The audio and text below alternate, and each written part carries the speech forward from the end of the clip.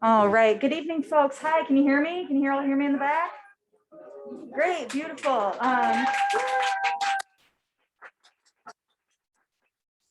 happening? Yeah. So we're here for Amanda Moore's book launch.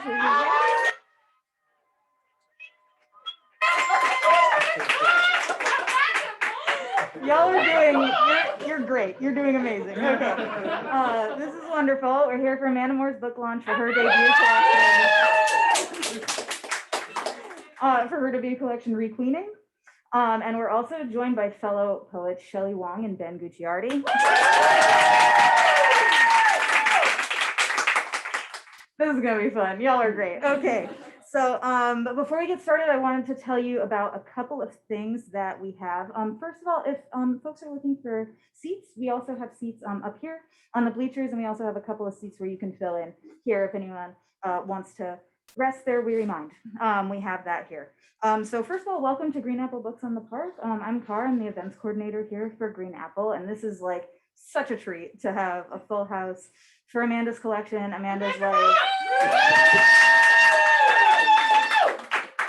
Amanda's a really important member of our community here in Green Apple, and we like couldn't be prouder to be able to host her lunch and to have her here. And so it's really cool. And of course, she brought a crowd as we anticipated, and this is going to be a really fun night. I'm looking forward to it. Before we get to all the fun, I do want to tell you about a couple of events that we also have coming up on this coming Monday, November 1st, right here at Green Apple. At 6 p.m., we're going to be hosting Farah Ali with Ingrid Rojas Contreras for Farah's debut novel, People Want to Live. That's out from McSweeney's, I believe, now, today, but our event is on Monday, so you can come back and join us then.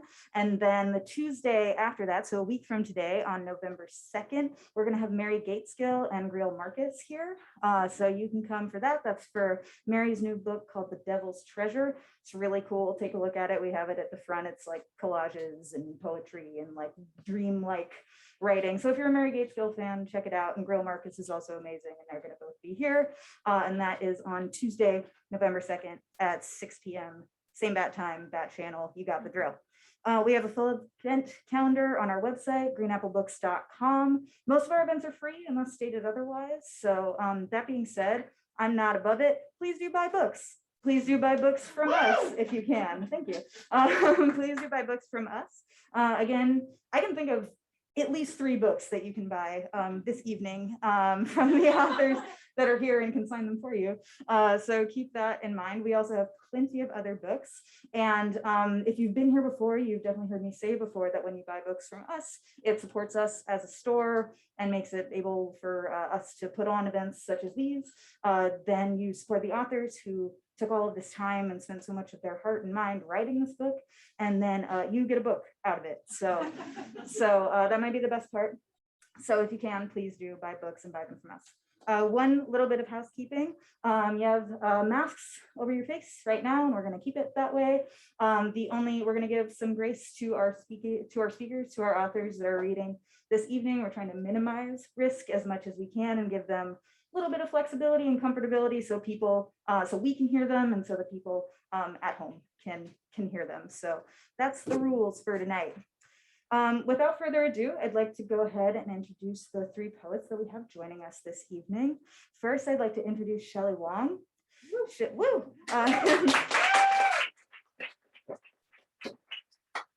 Wong is the author of As She Appears, which is coming out in March of 2022, which is the winner of the 2019 Pamet River Prize, and as well as the chapbook Rare Birds. She's an affiliate artist at Headlands Center for the Arts, and her poets have appeared in American Poetry Review, Gulf Coast, Kenyon Review, The New Republic, among others.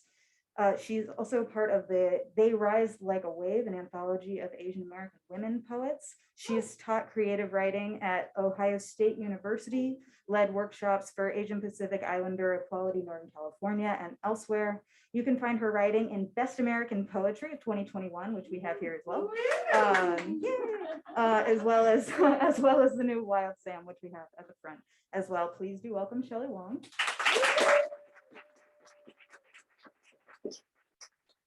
All right. We're also joined by Benjamin Gucciarti. Yay! He was born and raised in San Francisco, a rare breed. His first book, West Portal, was selected by Gabrielle Calvacoresi for the Aga Sahid Ali Prize in Poetry. He's also the author of the chapbooks Timeless Tips for Simple Sabotage and I Ask My Sister's Ghost.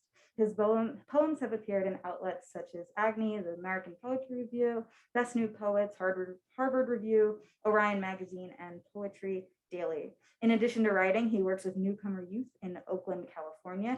Please do welcome Benjamin Gucciarti.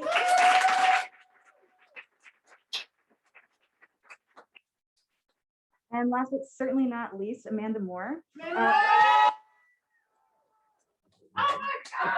I knew it was going to happen. I knew. I love it. Amanda Moore's poems have appeared in journals and anthologies, including Best New Poets and Ziziva, and her essays have appeared in the Baltimore Review and Hippocampus Magazine. Poetry co-editor at Women's Voices for Change and a reader at Vito Review and Bull City Press. Amanda is a high school English teacher and lives... Yeah! Come on, teachers, that's right. And Amanda lives by the beach in the outer Sunset neighborhood of San Francisco with her husband and daughter. Her debut collection, Requeening, was selected for the 2020 National Poetry Series by Ocean Vuong and is the reason we are here this evening. Please do welcome Amanda Moore.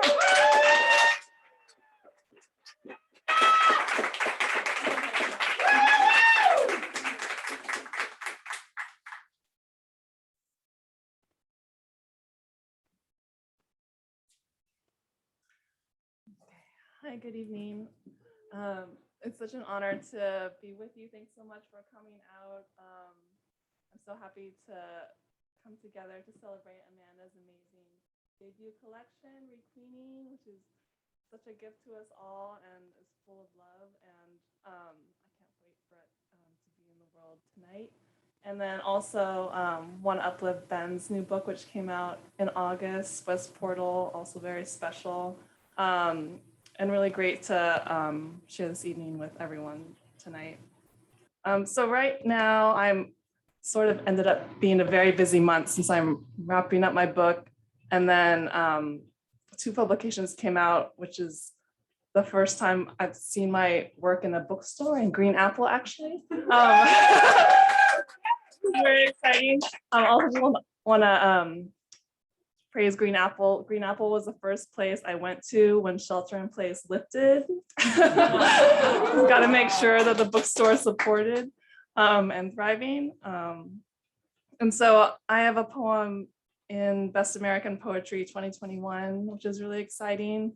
And as part of my second book project in thinking about being 4th generation Chinese American in California, and bringing in family history as well as place and environment. And so this poem braids together those ideas along with an excerpt of the Page Act, which was the first anti-immigration legislation, which was to prevent Asian women, or specifically Chinese women, from coming to the US. So this is called How to Live in Southern California. Stay in the car and move from one air-conditioned location to another chill location, perhaps in a tour of movie theaters. After a long winter back east, 76% of California's population is facing abnormal dryness or drought. My family went to Palos Verdes to look for gray whales, where the water was rough and edged with mansions. As of June 19, 2018, 3% is affected by extreme or exceptional drought. The Pacific Ocean is a stage for an altar or a talk show. On the boat, my mother said, "Don't turn your back on the ocean." Drive down Pacific Coast Highway in a long curving line, past Sandal Palaces, neon seafood shacks, and offshore oil rigs, while listening to Fleetwood Mac, Katy Perry, and Frank Ocean. Since the 1800s, my family has lived along the West Coast, from Seattle to San Francisco to Long Beach, where the sun so often set without our watching. Come to Disneyland, to the Hollywood sign, to Paradise by the Highway. At 3 a.m., there's always another milkshake, another strike to roll in the bowling alley of an Art Deco hotel. After discussing polygamy in Utah in 1875, President Ulysses S. Grant said, "I invite the attention of Congress to another, though perhaps no less than evil, the importation of Chinese women, but few of whom are brought to our shores to pursue honorable or useful occupations." The spectrum of drought conditions is color-coded from yellow to dark red. In Los Angeles, people drive for the experience of driving, to be at the beach and in the hills within the same hour. The drought website is maintained by the National Drought Mitigation Center. Walk out to the end of the pier. The good life is when you don't feel the weather. With sunglasses, you own a particular glamour.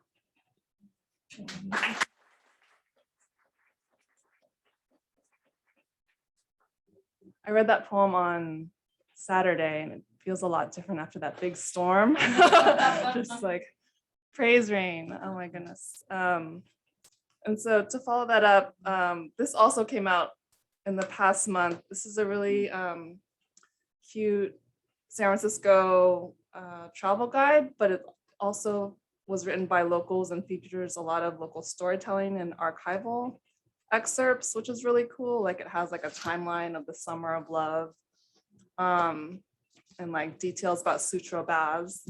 And they had read an interview of me online and asked me if I wanted to contribute a poem. And so this is also part of this second book project. And this is called "I Once Thought All Sunsets Were Over Water." Another life in the bay, and still I fall for that sunshine ice wind. Wind that floods my silk skirt as I whisper eucalyptus, my imagined safe word. I'm a tan fourth generation Californian wearing socks in July. I want the Chinese grandmas to help me pick the peaches sweet enough for devouring. When the cashier calls me miss, I'm flattered, but also I have earned my ma'am respect. Old enough and I sing of BTS, praise the one wearing a shirt splashed with Dorothy asleep in the Technicolor fields, the poppies overbright like lanterns. Over 100 years ago, my great-grandfathers refused to die as bachelors. They found wives in the Chinatown Mission rescue homes or brought them back from China, sailing on the ocean's indifference before interrogation at Angel Island. As a living miracle, I float, curving through a church on roller skates, disco lit.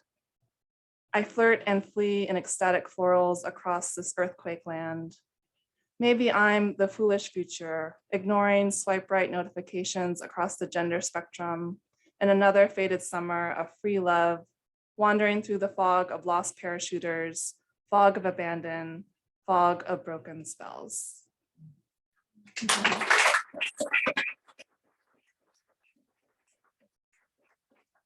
Thank you. And I'll close with this poem, just sort of my love letter, shout out to all the Asians. And this is called Too Yellow. Your orb over the Pacific casts a glittering runway.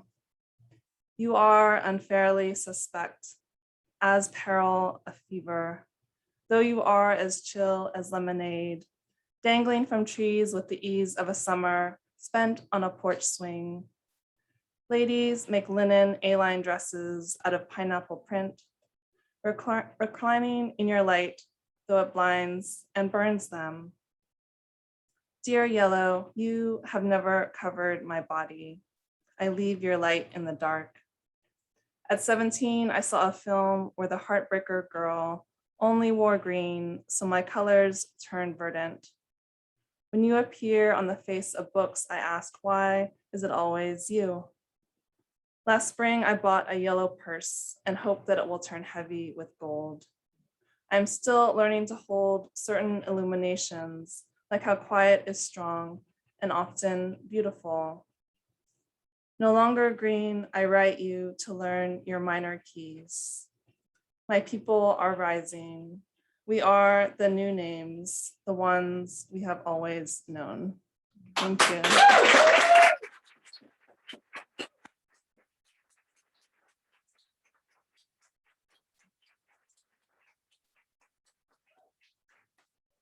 Here one more time for Shelley. That was beautiful. Thank you, Shelley.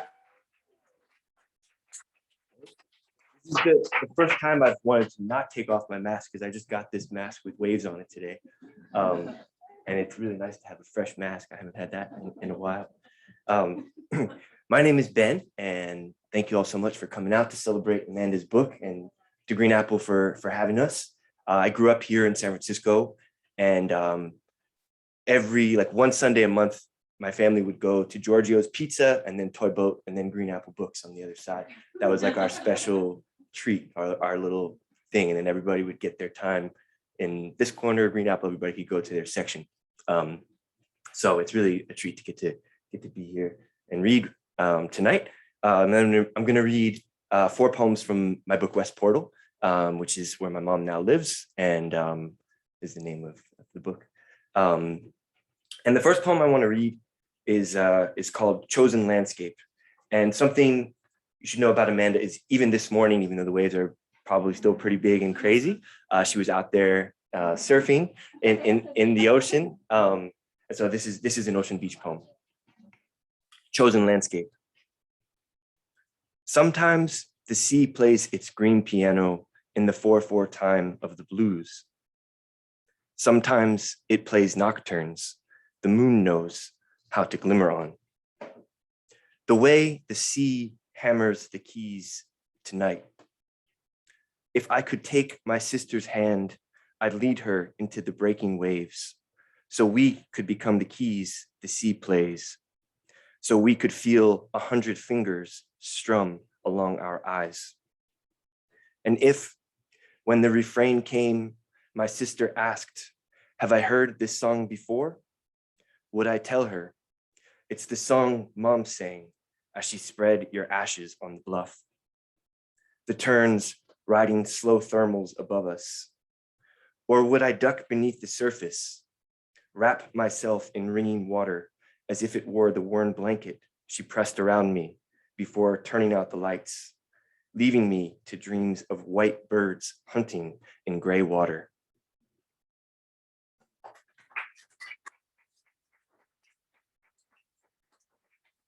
So this next poem is a teaching poem, and it's such a beautiful thing. I know there's probably many educators here, but just shout out to people who have time to both be educators and also still have something left to dedicate to poems and making space. And that's just an amazing, amazing, beautiful thing that you've been able to do and carve out that for anybody that's able to do that for young people. So this is a poem called The Rungs. Only the person with the green dice should be talking, I remind the boys, holding up the oversized foam cubes. And the others should be listening, Kay says. And how should we listen? Con el corazón, M replies, thumping his chest with his closed fist. That's right, I say, with the heart. Who wants to start? The dice are passed around the circle and the boys gloss over the check-in question. When they reach B, who walked here unaccompanied from Honduras 3 months ago, he holds them like boulders. We straighten when his lip begins to quiver. It's not my place to tell you what he shared that day, but I can tell you how M put his hand on B's back and said, "Maje, desahogarte," which translates roughly to undrown yourself, though no English phrase so willingly accepts that everyone has drowned, and that we can reverse that gasping, expel the fluids from our lungs. I sit quietly as the boys make with their bodies the rungs of a ladder, and B climbs up from the current, sits in the sun for a few good minutes before he jumps back in. The dice finish the round, and we are well over time. I resist the urge to speak about rafts, what it means to float. Good, I tell them. Let's go back to class. After handshakes and side hugs, I'm left alone in the small room with a box of unopened tissues, 2 Starburst wrappers on the ground.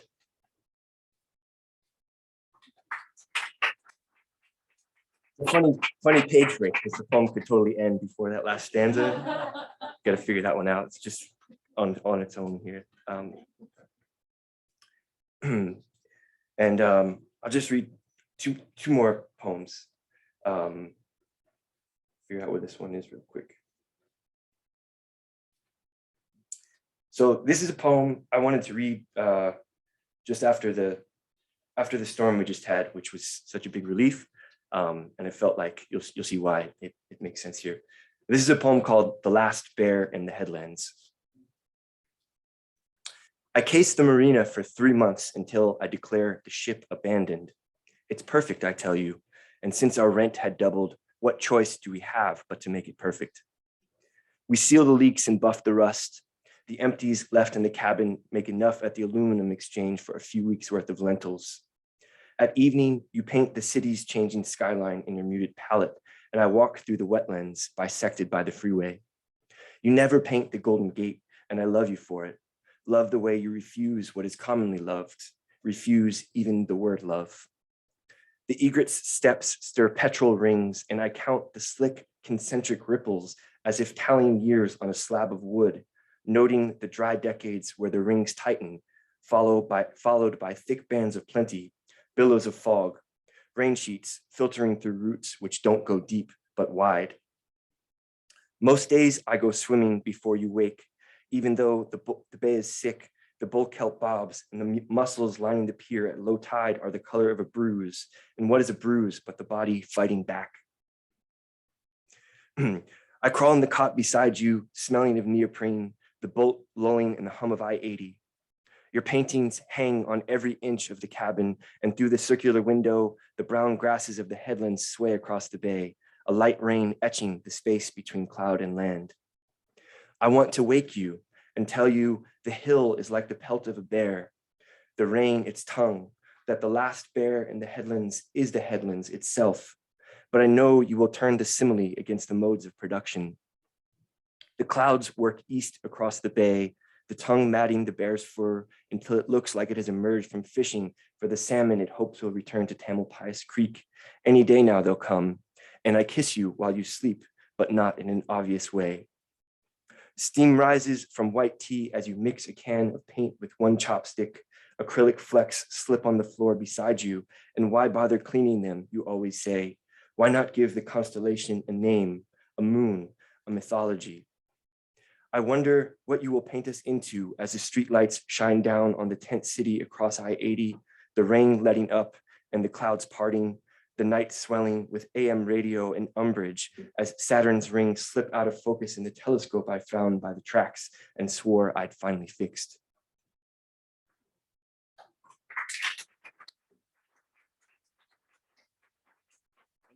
I'm just gonna read one short poem to finish. This is a poem called The Nest, and it's dedicated to a Salvadoran poet named Alfredo Espino. This morning, I watched a goldfinch disappear into a tree through a hole no bigger than my open mouth. From the hollow, the finch began her crooning. That's what poetry is, I thought. Not the tree, but the hidden song. Not the yellow bird, but the instinct to climb inside the darkness to sing. Thank you all so much.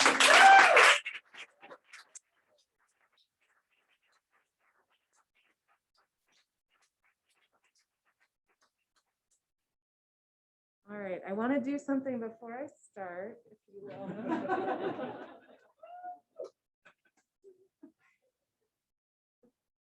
Thank you for indulging that. It is a dream to be up here. Oh, wow, this bookstore looks totally different. I want to thank every one of you for being here tonight. I'm looking out and I'm seeing so many beloveds and so many friends and so many people that make my life possible. So make this book possible. And am I in the wrong place? Oh, I'm short. I I should have led with that. And I want to thank Shelley and Ben. One of the great gifts of this book is having this new community around me.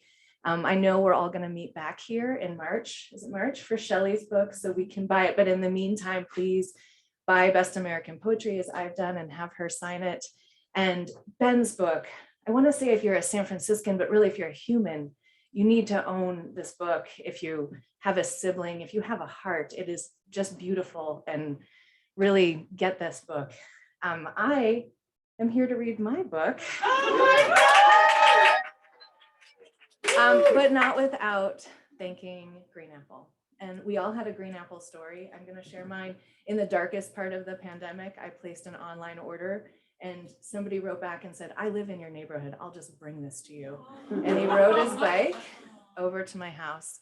And Carr is the one person right now keeping literature events alive. And I think we need to give them a huge round of applause for all of these events.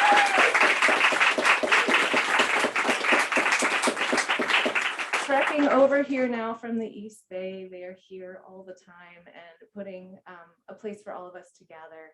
And Nick is back there too, one of the world's best booksellers, who will lead you deep into the poetry section and give you the thing you didn't know you were looking for. All right. Yeah,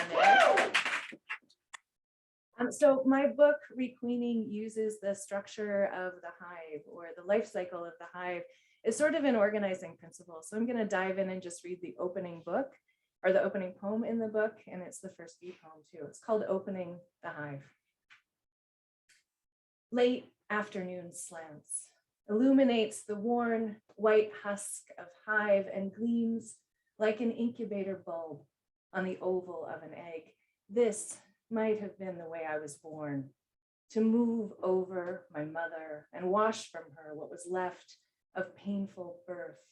Her legs, like the old wood, cracked with a hive tool, my lips clamping and the bees burrowing into honeycomb, bathed in sweetness, a taste fresher when robbed this way.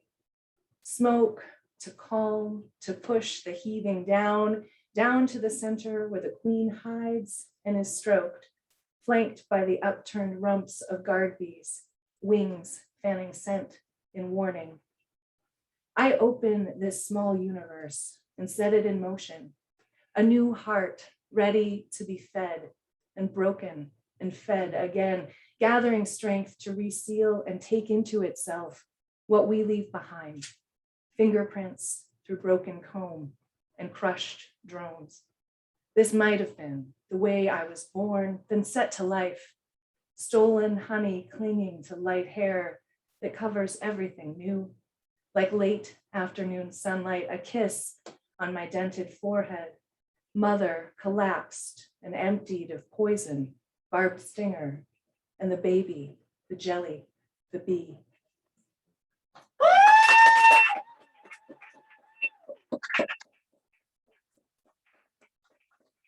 These are a really expansive metaphor, obviously. I'm really drawn to the matriarchy of the hive. It really speaks to where I come from.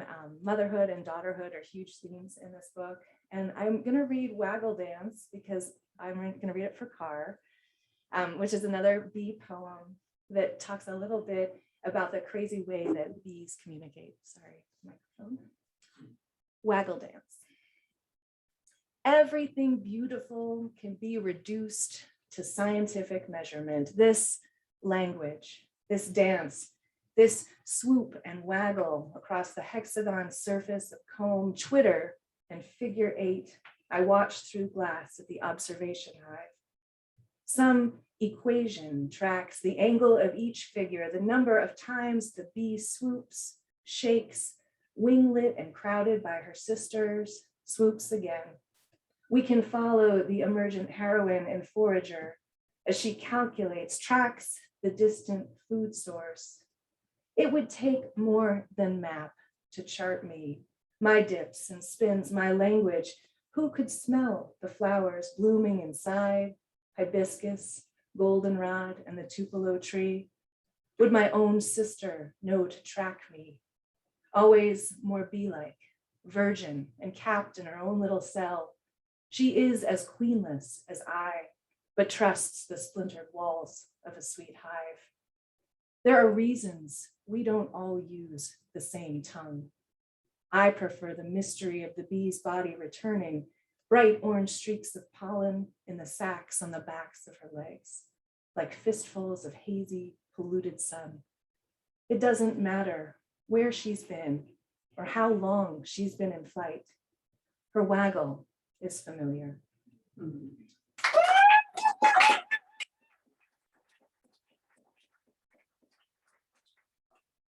So I write a lot about motherhood and daughterhood, as I said. And part of motherhood is birth, which is really different in the human world than in the hive. And I'm finding right now a lot of nostalgia for the early years of parenting that seemed really hard at the time, but were really, really easy. And this is kind of a funny little poem, but I wanted to read it maybe because this is my first time in front of a mic, and I thought I'd do a Johnny Cash impression with the title, because it's Love, a Burning Thing. But what I want you to be thinking about is that song, Ring of Fire. You'll never think of it the same way after, I think, but this is Love, a Burning Thing. My daughter is giving up on words, at least with me. She slams the door, berates me with silence. I drop the needle on the record player, hear Johnny Cash sing Ring of Fire, and fall into that moment. Labor, one of the last times an utterance adequately prepared me for anything. How apt the phrase, how perfectly rendered, how I felt every centimeter ignited. My expansion, a perfect burning circle. Her soft skull crowned in flare and flame. Yes, the ring I slowly pushed her through toward oxygen to kindle her breath. Oh, how she wailed then. And we clung to one another, all my knowledge suddenly extinguished as I listened to the certainty of her voice, knowing how I'd falter. She was naming herself.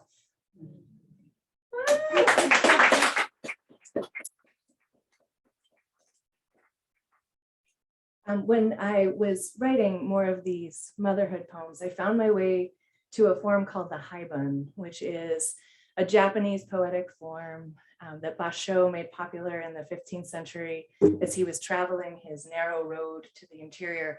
And it's a block of prose followed by a haiku. And as he writes them, they go back and forth as he makes his journey.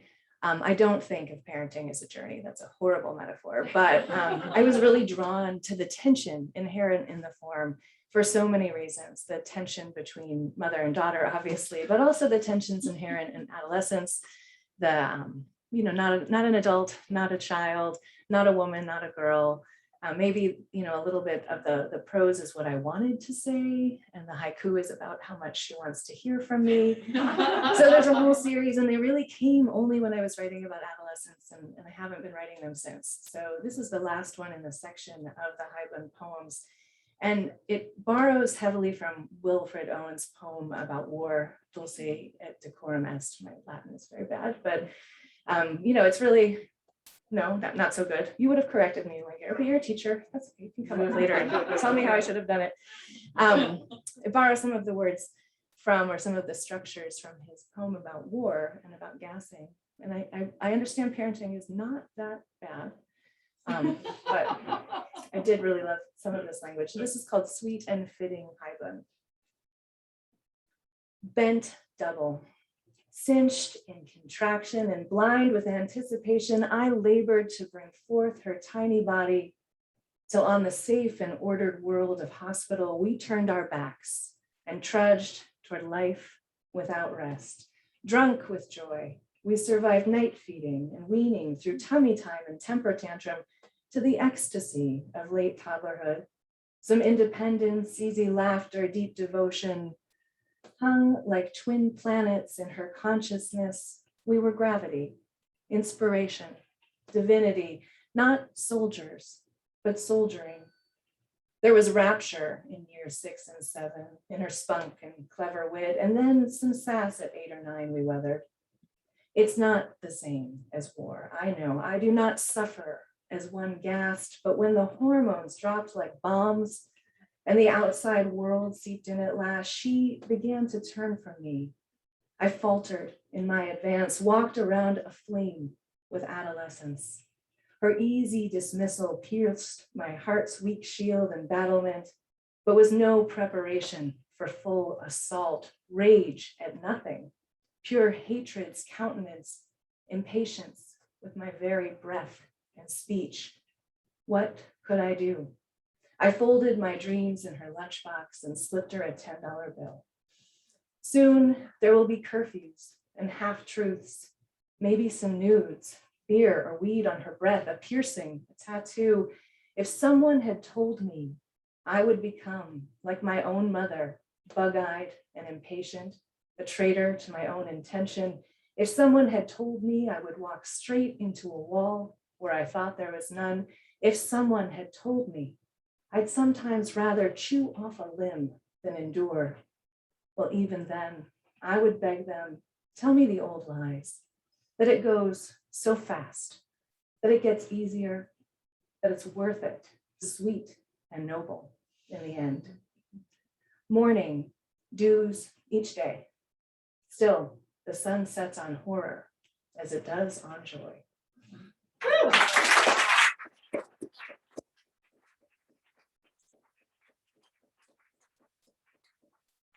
There's a substantial section in the book dedicated to the Hive's collapse, which for me was sort of the final piece of pulling this together. I spent a lot of time thinking that poems of sort of those sadnesses didn't belong with poems of motherhood and of early love.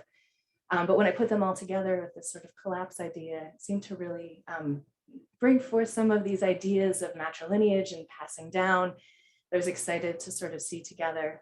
So I'm going to read the last poem that actually deals with grief after illness.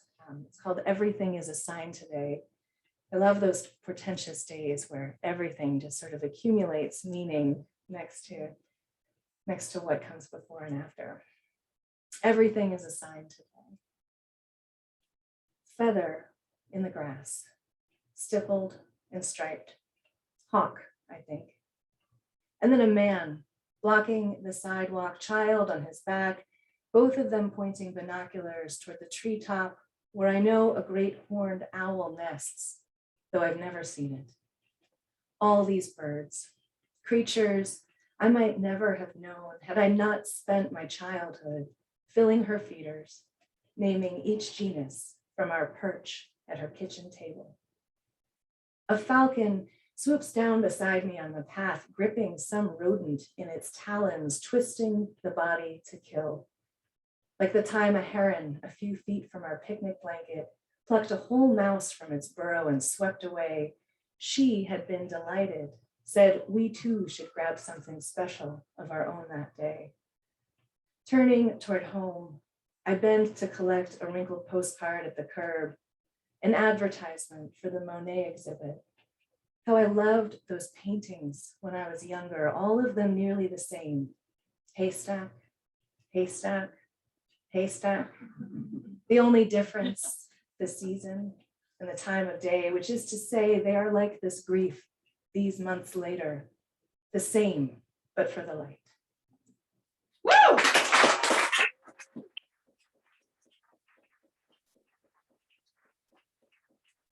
And I thought since I opened with a bee poem, I was going to close with a bee poem. This is from the last section of the book, and it's called After Swarm. I'm not a very good beekeeper, as it turns out, so I've lost all of the hives I've ever had. Much better bee poet, I think, than a beekeeper. So this is After Swarm, and this is the last poem I'll read. After Swarm. As for when my first bees knit themselves together in a single sovereign self and slunk over the fence in search of their truant queen, I couldn't say, not with my own house to mind. They could have been gone for weeks when I noticed the hive, grave still, and empty of their chance. By then, a thing inside me, some rotten cell had broken off too, though I didn't yet know. It was sliding through a dark body system, the same stealth path as swarm, a channel not meant to be traced by eye or die until arrival, seething growth, suspended low. Though I looked, I didn't find my missing bees, a fist of them dangling from a neighbor's tree, excised from the world, their hive left full of labor. I couldn't call them home. What an easy harvest, my first. No need to leave honey so bees could overwinter, measuring enough for me, enough for them. I cut wax caps from cell tops, spun out every drop, and took it all. Now this last jar, all grit and crystal with age, it's time to order a new batch of bees for spring, clean the moldy hive brought down from rafters, and brush out my veil. I will be alive this time to what swells and roils the colony, the first cluster gathering on the fence line. I will heed. Thank you all so much for being here.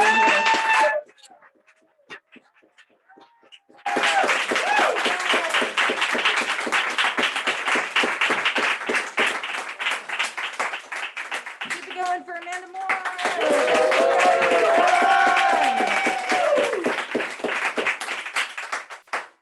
Thank you all so much and so kindly for joining us this evening. This was really special.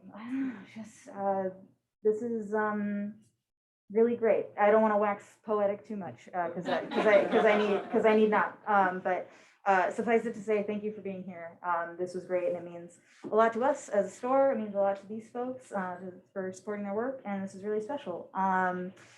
I wanted to let you know that we do have copies of Amanda and Ben's book, and we also have the Wild Sam and Best American Poetry that Shelley is featured in at the front for purchase. You can purchase them at the front.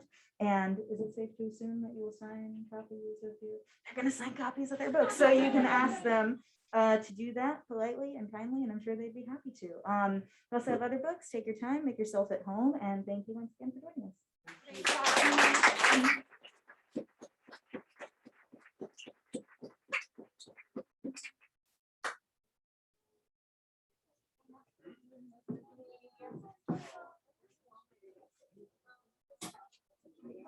Be in your van.